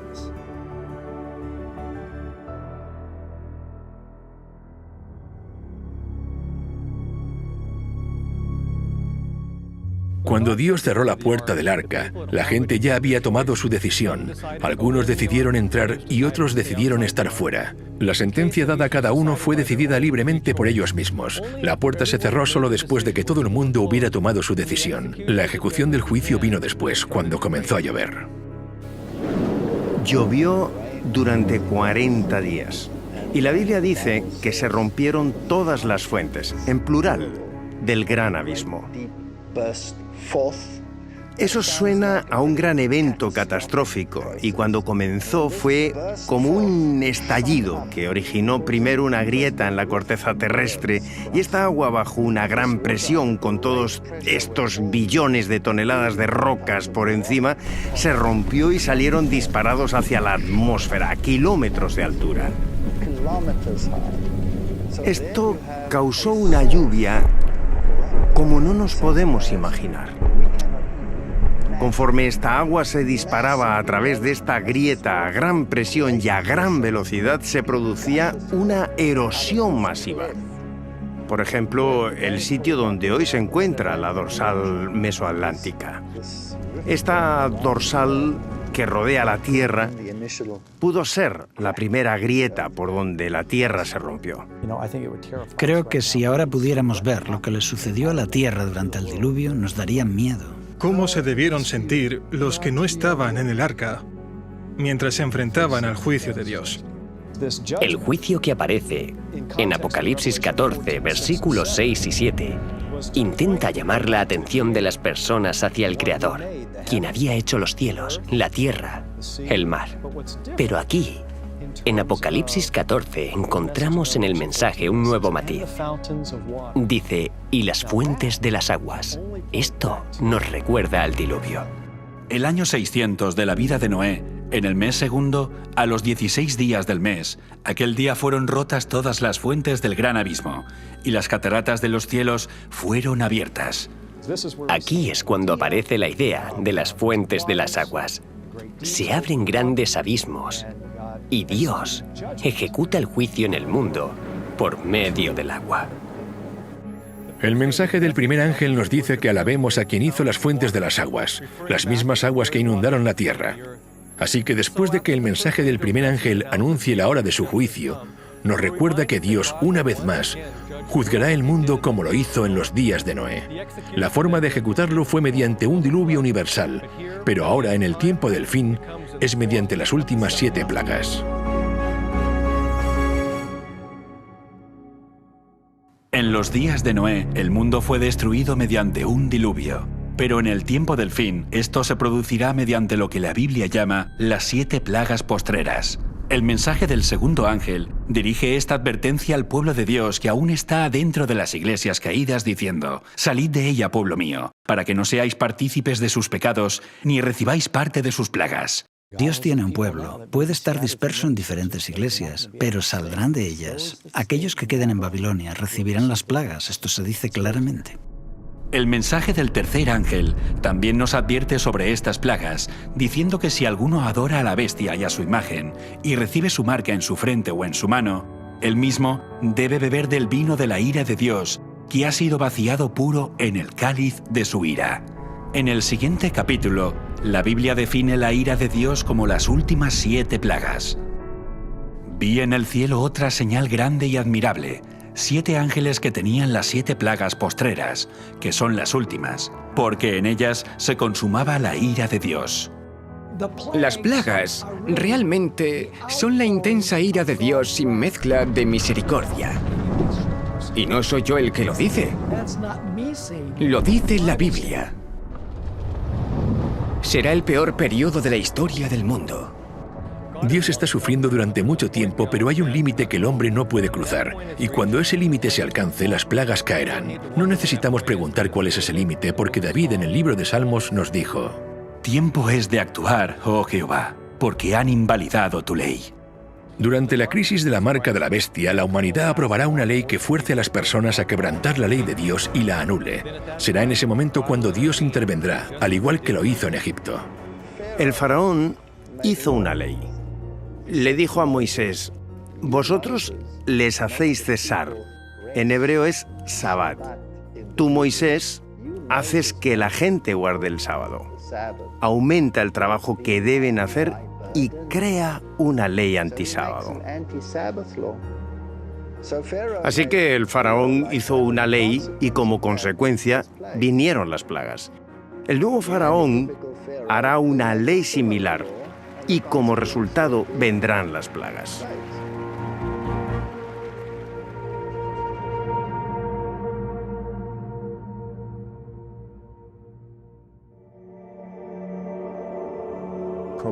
El tiempo de gracia ha finalizado. Todos han tomado su decisión. Y ahora comienza a ejecutarse el juicio para que se vean los resultados de la decisión que han tomado.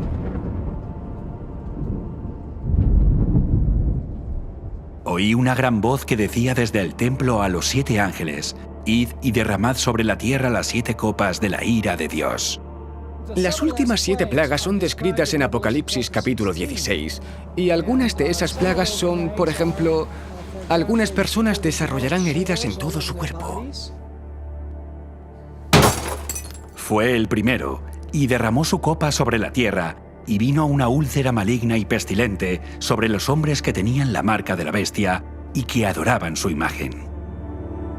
El océano se convertirá en sangre, y todos los animales que están en los mares morirán.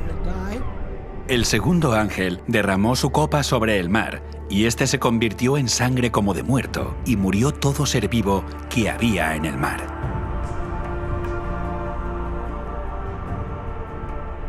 El tercer ángel derramó su copa sobre los ríos y sobre las fuentes de las aguas, y se convirtieron en sangre. Las fuentes de los ríos, el agua potable también se convertirá en sangre.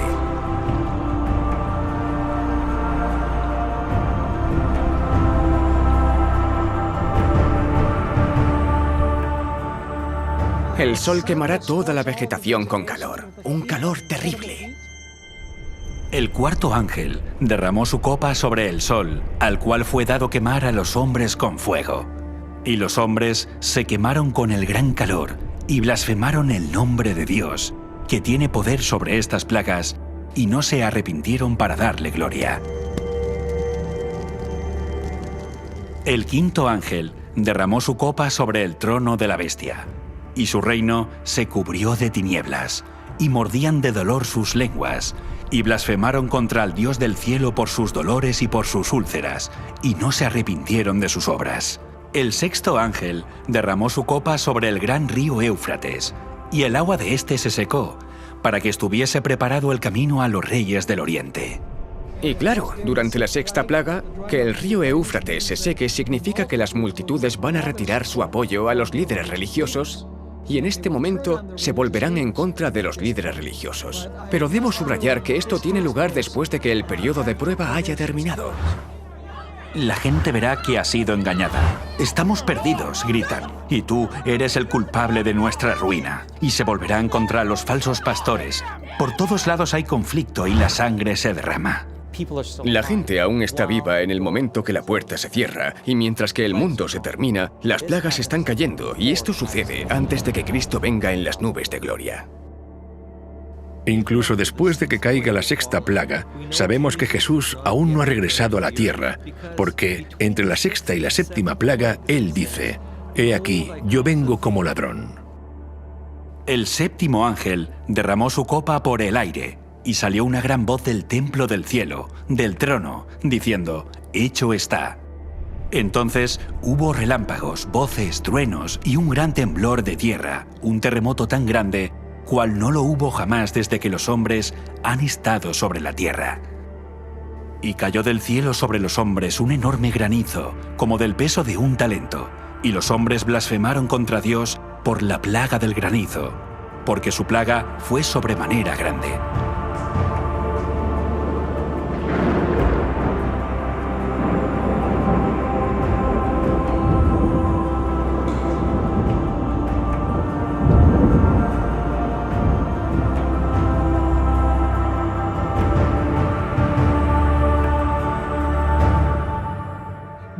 Ninguna de las plagas tocará a nadie del pueblo de Dios.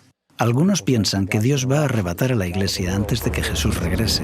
La Biblia no nos enseña que Dios nos salva de la tribulación, sino a través de la tribulación. El pueblo de Dios estará protegido de las plagas. Es algo parecido a lo que pasó a Israel y a Egipto.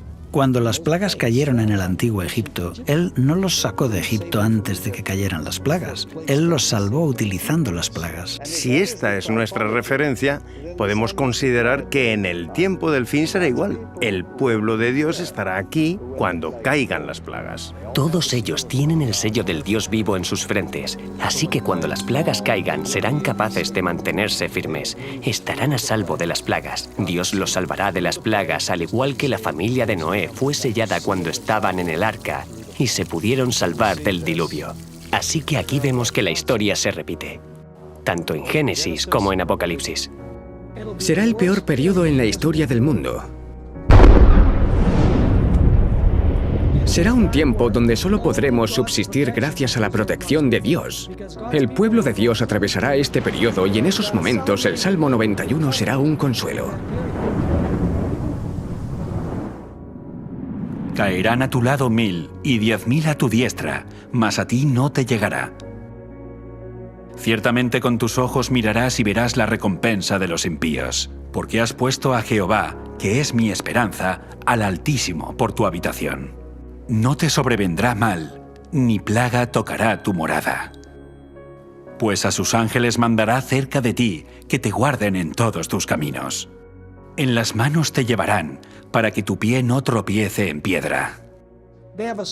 Han llegado a desarrollar un carácter perfecto gracias a una relación íntima con Cristo, y Cristo, como resultado, pondrá su sello en ellos para sostenerlos en el tiempo de dificultad y revelar a los ángeles quién debe ser protegido durante este tiempo de dificultad. En los días de Noé, el arca fue el medio por el que Dios cumplió la promesa de mostrar misericordia a Noé. Por lo tanto, el arca en el tiempo del fin es el medio por el que Dios cumplirá su promesa de mostrar misericordia a aquellos que entren al pacto eterno. Por lo tanto, la promesa se cumple mediante la sangre del pacto eterno. Dios ahora ordena a sus santos ángeles preservar y proteger de las últimas 7 plagas a aquellos que están dentro del pacto mediante la sangre de Jesús. Es la consumación final de la ira de Dios sobre un mundo que ha rechazado su misericordia, que ha rechazado su ley y que ha rechazado su justicia. Y al rechazar la misericordia de Dios, no hay nada más que Dios pueda hacer cuando la persona dice: no necesito el perdón.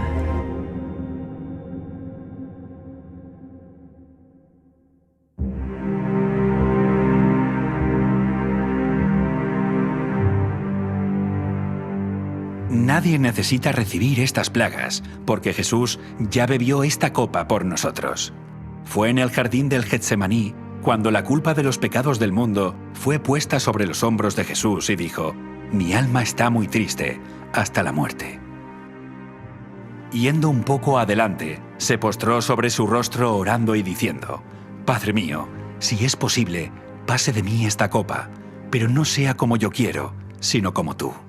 La copa de esta ira y la separación del Padre a nuestro favor rompió el corazón del Hijo de Dios, y al recibir la ira de Dios por nosotros, la Biblia dice: por él seremos salvos de la ira, porque no nos ha puesto Dios para ira, sino para alcanzar salvación por medio de nuestro Señor Jesucristo, quien murió por nosotros.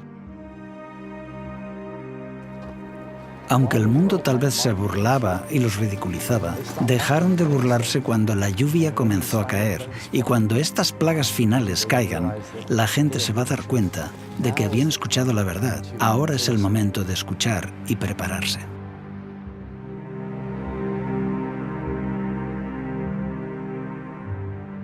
Al igual que las multitudes se reunieron ante el arca contemplando la decisión final que sellaría su destino, así te encuentras tú hoy en el valle de la decisión. ¿Recibirás el mensaje de Noé repetido por el mensaje de los 3 ángeles? ¿Entrarás al arca del pacto eterno descansando el 7º día guardando la señal del pacto?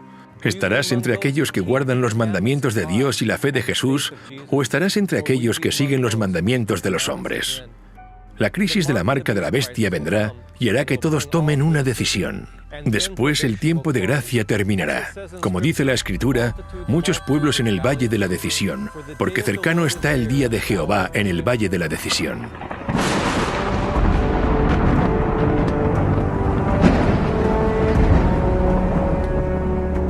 Después de las últimas 7 plagas, lo siguiente que ocurre es la bendita esperanza y la aparición gloriosa de Dios y nuestro Salvador Jesucristo.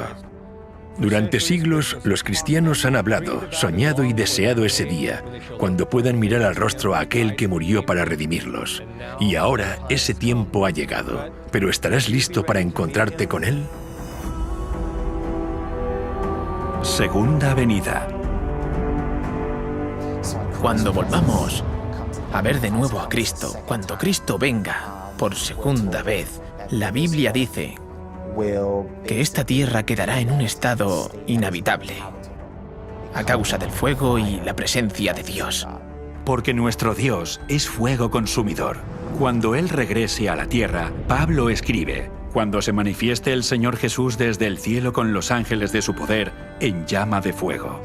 Él regresará como fuego consumidor, porque Jesús no solo vendrá como el ser humano que fue cuando caminó sobre esta tierra.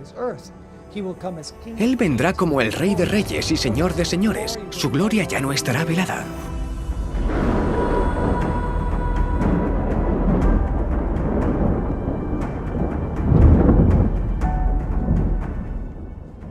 Abrumado con la visión de Cristo viniendo a la tierra, Isaías escribió: ¿quién de nosotros morará con el fuego consumidor? ¿Quién de nosotros habitará con las llamas eternas? Y esta es la pregunta a la que nos enfrentamos mientras nos preparamos para morar en el fuego consumidor de la presencia de Cristo en su venida. Pero después de que Isaías pregunte quién moraría con el fuego consumidor, él mismo responde su pregunta y dice: el que camina en justicia. Solo el justo puede morar de forma segura en la presencia de Dios. Esto significa que el mensaje que dio Noé para que la gente se preparase para el juicio al mundo mediante el agua es el mismo mensaje que preparará a las personas para el juicio al mundo mediante el fuego, porque Noé fue un predicador de justicia.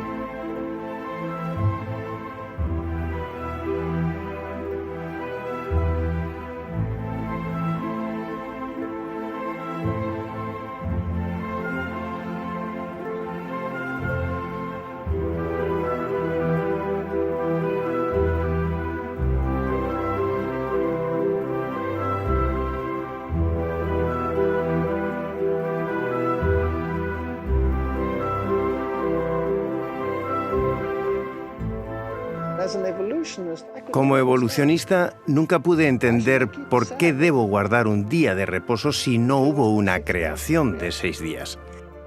Este asunto se debatirá de nuevo en el tiempo del fin. Recuerdo a una señora en particular que vino a mis reuniones cuando hablaba sobre el cuerno pequeño de Daniel 7 y 8 y la bestia de Apocalipsis 13, una profecía que identifica al papado católico. Y ella dijo que había crecido en la Iglesia Católica. De hecho, había estado en un convento, se había educado en un convento. Hasta ese momento estaba emocionada, pero cuando prediqué ese mensaje dejó de venir. Pero las buenas noticias son que aunque le tomó tiempo asimilar el mensaje, después de varios meses de estudio personal, aceptó el mensaje.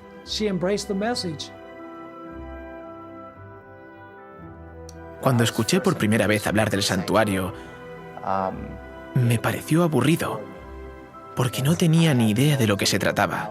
Acababa de entrar en la iglesia y solo me atraía, te puedes imaginar, el tema de la marca de la bestia. El santuario era solo como, bueno, sí, la marca de la bestia, eso es lo importante.